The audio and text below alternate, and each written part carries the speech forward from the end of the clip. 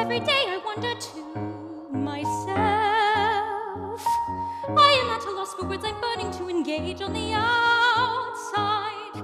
In my mind I see myself at market. The town is buzzing, tearing by with life. I take a step and then a breath, and I am set in motion. The words, they come out flowing, and for the first time in my life I finally feel alive.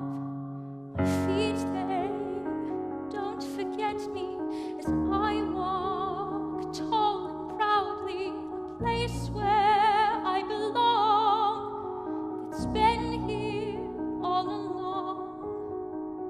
I have spent so much time in the places in my mind. My mind. I've spent 22 years with my nose in a book, my head in the clouds, too scared to take a look at the life that's around me and all that I've missed. I've never seen the world, I've never been kissed. But with my life hanging in the balance, it's time to take a risk. Make the most of the moment, though the moment passes quick.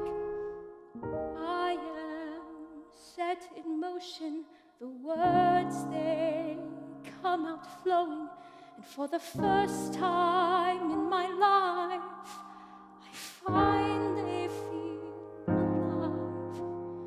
My feet, they don't forget me as I walk tall and proudly in a place where I belong, that's been here all along. I know my place as the eldest in the house, take care of my sisters and make my father proud. My mother grows sicker by the day, her smile fading thin, her light growing dim, and I am not too much far behind her until the opium kicks in, takes me away from the pain, and I escape again. I lose myself in my mind.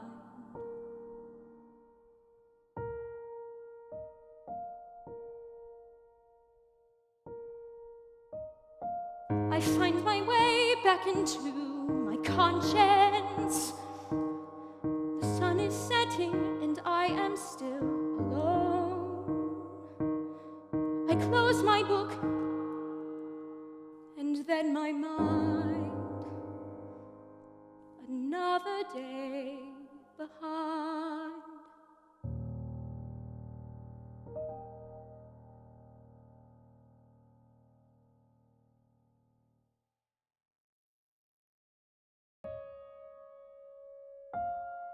"1828. My mother has died. Shortly after, Father told me he has lost our family home, Hope and Manor, in a lawsuit, and we will be moving to London.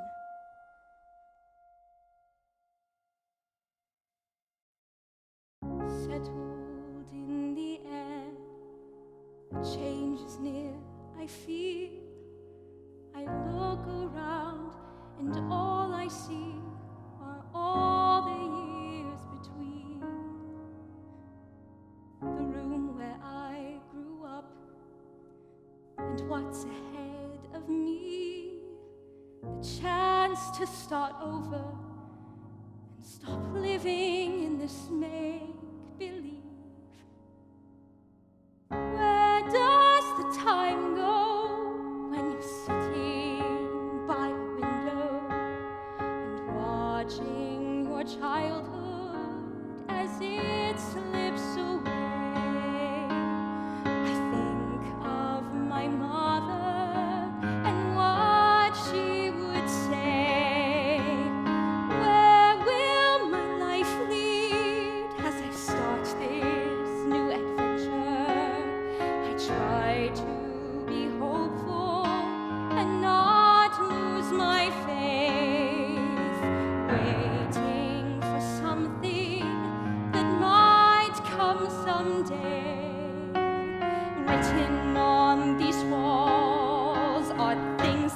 I can't say. And after all these years, it's time to move away. The sorrow's been exhausting as we try to adjust, but I find myself losing hope and losing trust. Where does the time go when you're sitting by a window and watching your childhood as it slips away? I think of my mother and what she would say. Where will my life lead as I start this new adventure? I try to be hopeful and not lose my faith, waiting for something that might come someday. I'm running out of room as my pages turn blank, and emptying my mind as my days fade away. Where does the time go when you're sitting by a window and watching the colors as they fade to gray, turning the pages with each new day? But hope isn't ending, though I'm leaving it behind and making a new life among my own kind.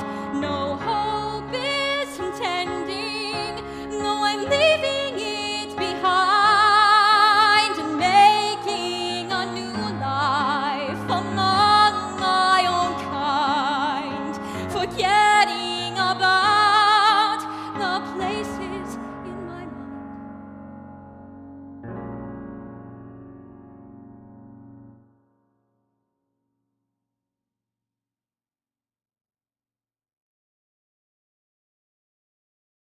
My friend John Kenyon gave me this book of poems to read by his cousin, Elizabeth Barrett. I didn't expect to be so struck by her words, but I feel that I know her.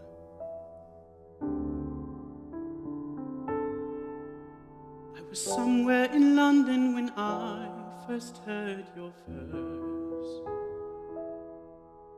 and it spoke to me softly and told me to find this person who writes like they've seen the whole world, with words like the wind stirring soft in my heart. I stare, getting lost in your verse, and suddenly I see my whole life in reverse.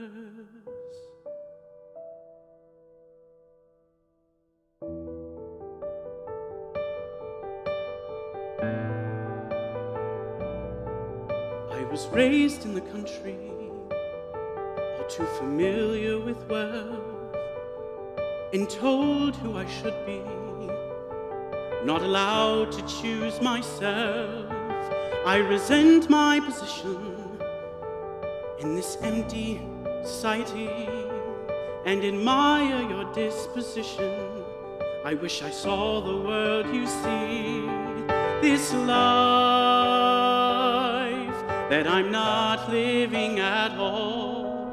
Will try, despite my desperate call, to push me around and make me believe that I can't do all I want to achieve. But for the first time, I can see the light in the words that you write.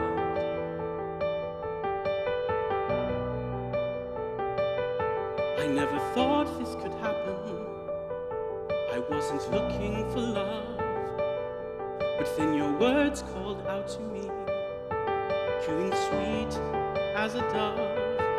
I can feel your spirit like mine, roaring restless like the sea, getting lost in anticipation, wondering when we might meet. this life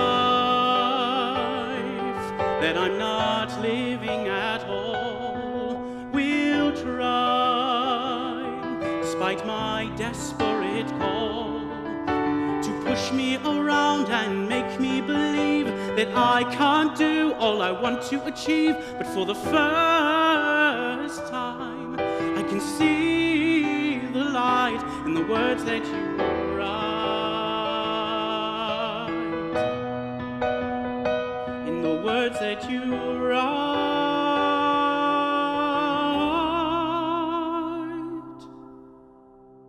I was somewhere in London when I first heard your verse, and it spoke to me softly and told me to find this person who writes like they've seen the whole world, with words like the wind stirring soft in my heart. I start, pen to the page, a letter. The first time I'd write your name.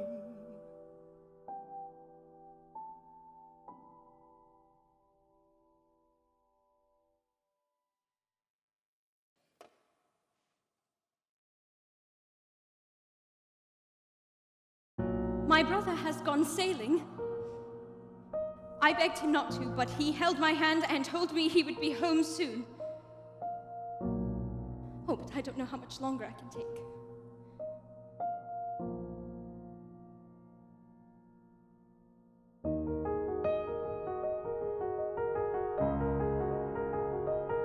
Last night, I had a dream in a fragment. My mind racing clear, my spirit unbound. A dark figure stood above me, then went away before I could scarce make a sound. His presence left a chill throughout the air. I awoke in terror, praying quickly, asking God to free me from this nightmare. My father rushed in and saw me sickly. I felt a familiar figure looming. My face fell still, my mind and spirit froze. The silence broken by a dove cooing. I lay still, feigning sleep. My father goes. Last night, I had a dream leaving no trace, to awake to meet my father's dark face. I was nowhere near London when father first sent the news. And he came to me quickly and told me how you had been sailing at sea with the weather so calm and water so blue. I lay waiting for you for 3 weeks. I wouldn't let go.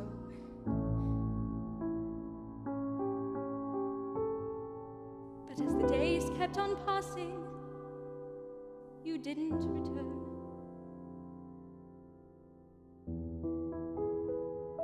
My brother is dead.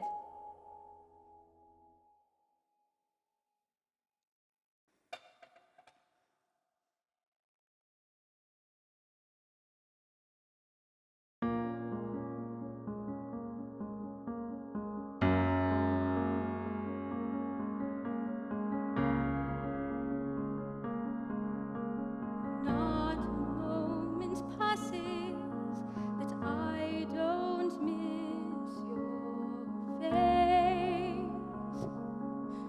That I pray that I could take it back, or I could take your place. It wasn't supposed to be like this. I always thought I'd be the first to go. Even though you are gone, my days, they still go on and on. And even though you've left me here, still rise, and the night will still fall, and my days will go on.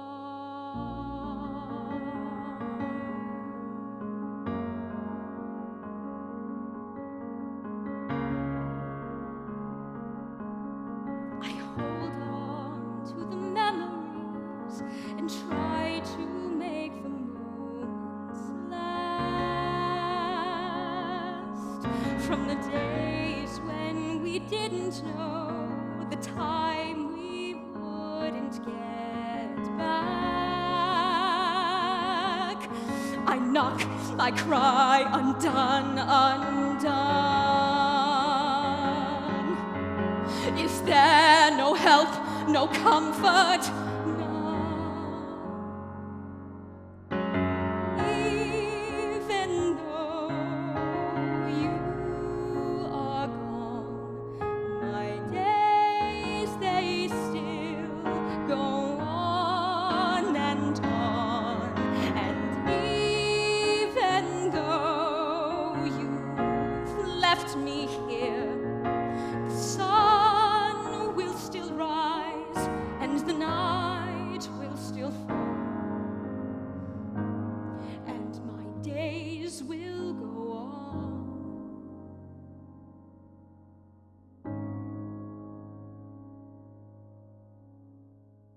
I hear you tell me not to grieve. I just want to ask you, why did you leave?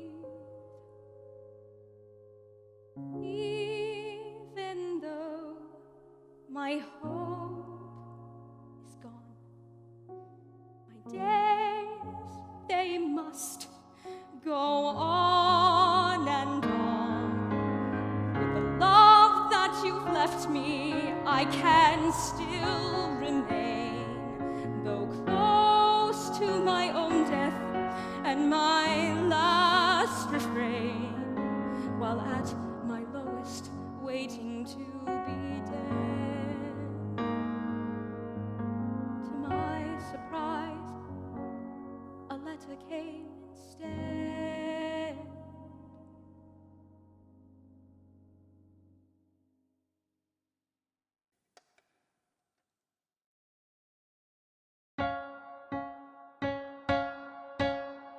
Dear Miss Barrett, I must be terse. I read your work and I love your verse. Forgive me for saying so out of the blue,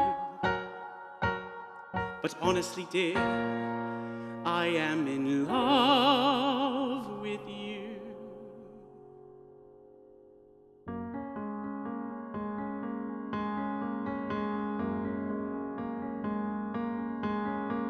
Could this be what I need to move on from my grief?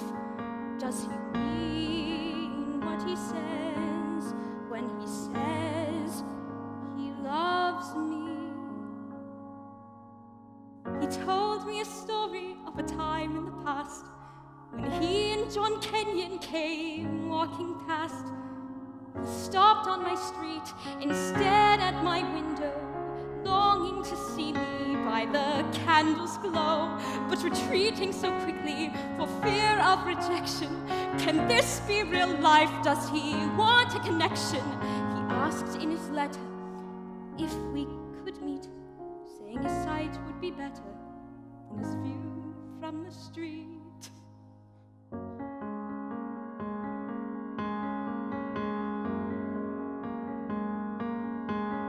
Could this be what I need to move on from my grief?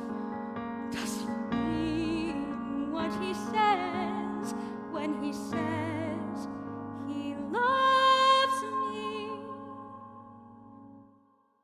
I start, pen to the page, a letter, but I don't know what to say.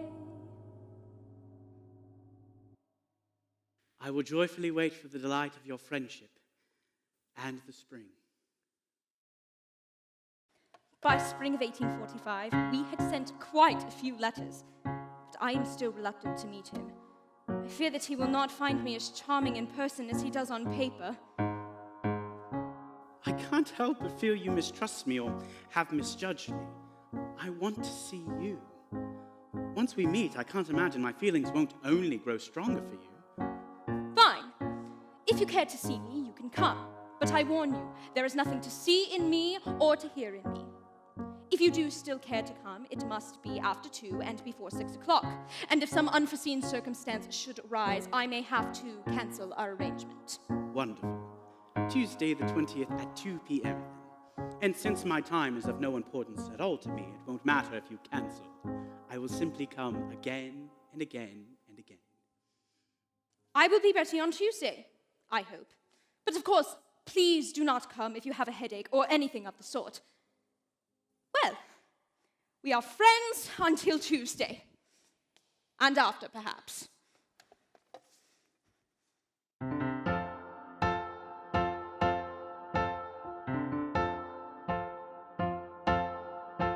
I'm in my head, I'm out of my mind. What made me think I deserve to find a woman like her? With words like the wind stirring soft in my heart. I am not sure. I can't believe he wants to meet me. What made him think that I would be the woman of his dreams? This person who writes like they've seen the whole world. I am not sure. I am awkward and socialized, Out of my league. Will she like what she sees? like what he sees. Or is it true?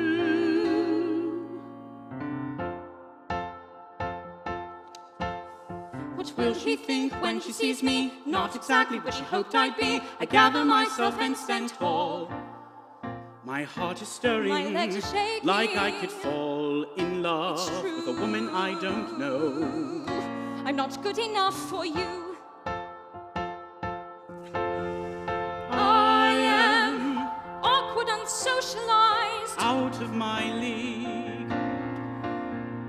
Will she like what she sees? Like what he sees. Or is it true? I am better on paper, and soon he will know. In this letter I gave her, I hope I can show. If it weren't for the weather, we could be together, it's true. I could be good enough for you. I am awkward and socialized, out of my league. Will she like what she sees? Like what he sees. Or is it true? I'm not good enough for you. Hello? Hello. Why are you smiling? You're just nothing like I expected. You're disappointed. I told you not to. No. You're better. Well, as I said in my letter, I love you. My poetry! Yes. Yes, I do. Well, I think that you and I should... Be friends. Right? If that is what you want, we can be friends then, I suppose. But I would like to keep seeing you. Does every Tuesday work for you? I would like that.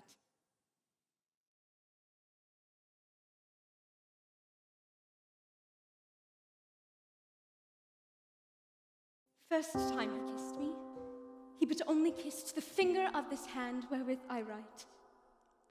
And ever since it grew more clean and white, slow to world greetings, quick with its "oh" list when the angels speak, a ring of amethyst I could not wear here plainer to my sight than that first kiss. The second passed in height the first, and sought the forehead, and half mist, half falling on the hair. Oh, beyond meed, that was the chrism of love, which love's own crown with sanctifying sweetness did proceed. The third upon my lips was folded down in perfect purple state.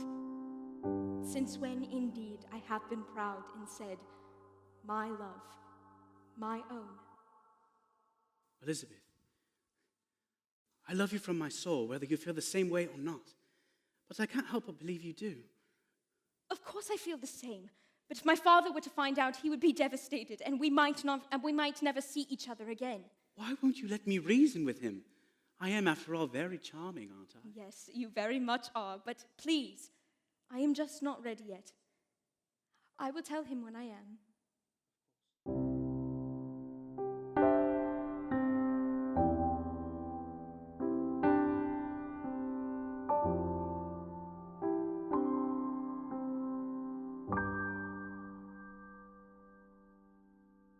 Winter 1845. I feel as though I've known Robert for a lifetime. I never thought that anyone whom I could love would stoop to love me. No man was ever before to any woman what you are to me. Then marry me. What? My dear Elizabeth, I do kiss your feet, kiss every letter in your name, but this waiting is too much. I want to make a new life with you. This living without you is too tormenting. I would like to have your promise of marriage by this summer's end.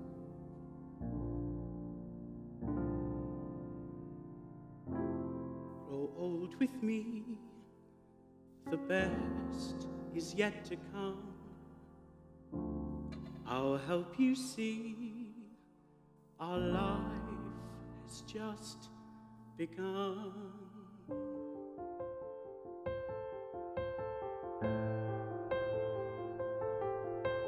I want to be with you until the end of my days, but this waiting is torture. I wish that you could escape this life that you're not living at all. We'll try, despite your desperate call, to push you around and make you believe that you can't do all you want to achieve. But for the first time, there's a new life, and it's finally in sight. Grow old with me, the best is yet to come. I'll help you see our life has just begun. By the summer we will see.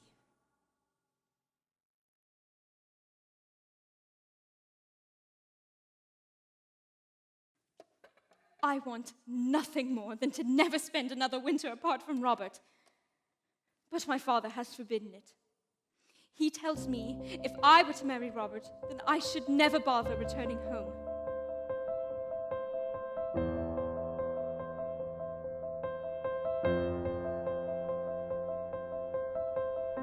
If I don't live another day, well, I have wasted my life away, wishing I could please you, obeying your every rule. And now I'm left here standing like a fool.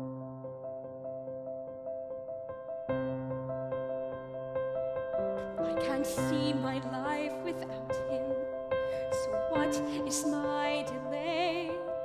The father I once loved now has taken my love away.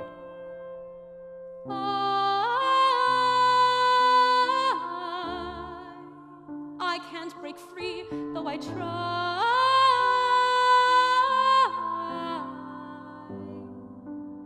to make you understand that you're being absurd with ears full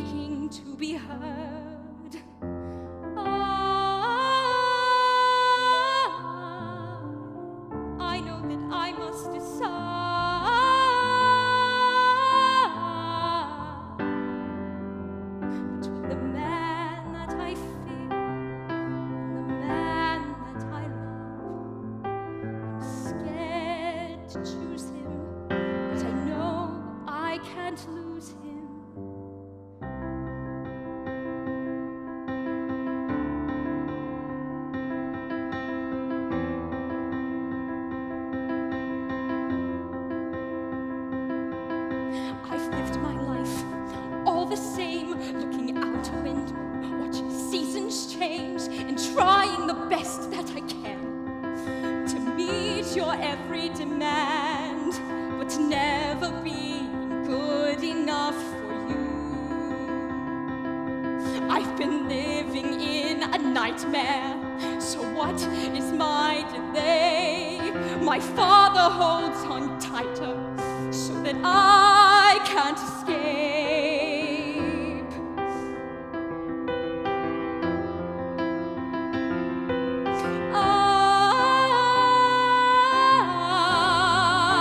I can't break free, though I try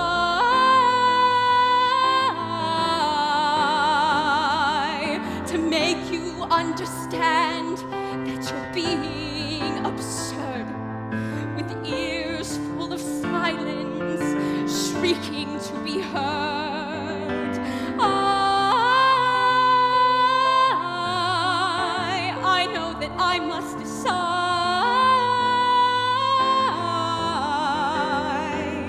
between the man that I fear and the man that I love. I'm scared to choose him, but I know I can't lose him. I tear my letter into two. My brain it splits with thoughts of you and the life I'd be leaving behind. My new life with him, I can't ease my mind.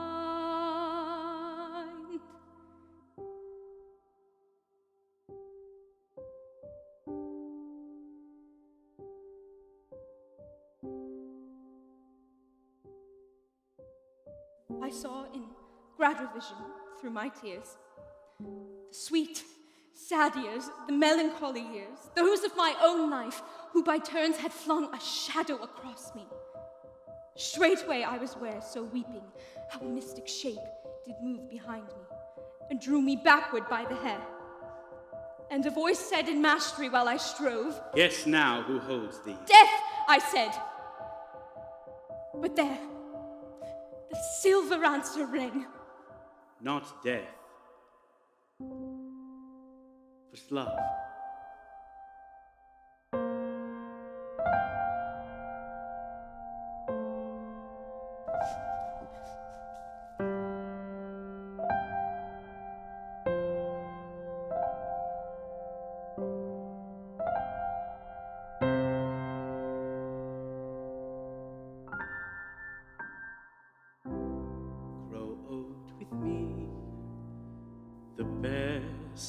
Yet to come, I'll help you see our life has just begun.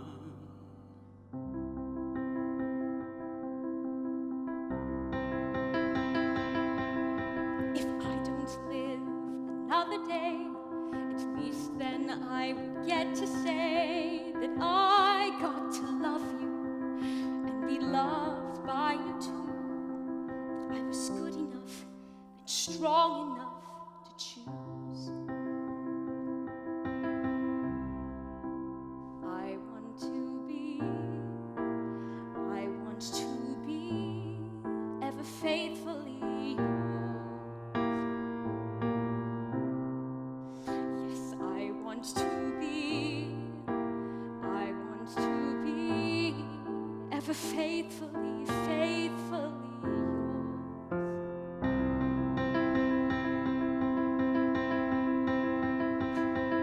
Starting now, a brand new chapter. I'm not looking back, I'm chasing after a feeling that I never knew.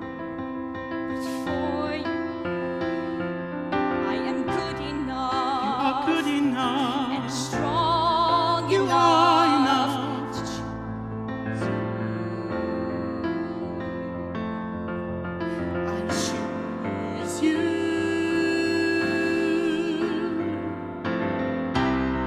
I will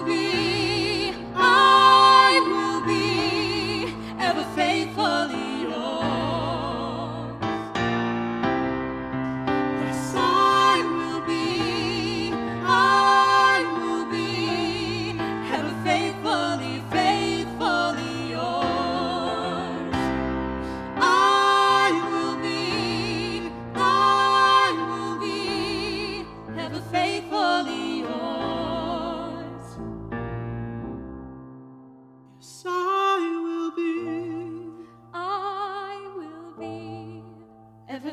faithfully, faithfully yours.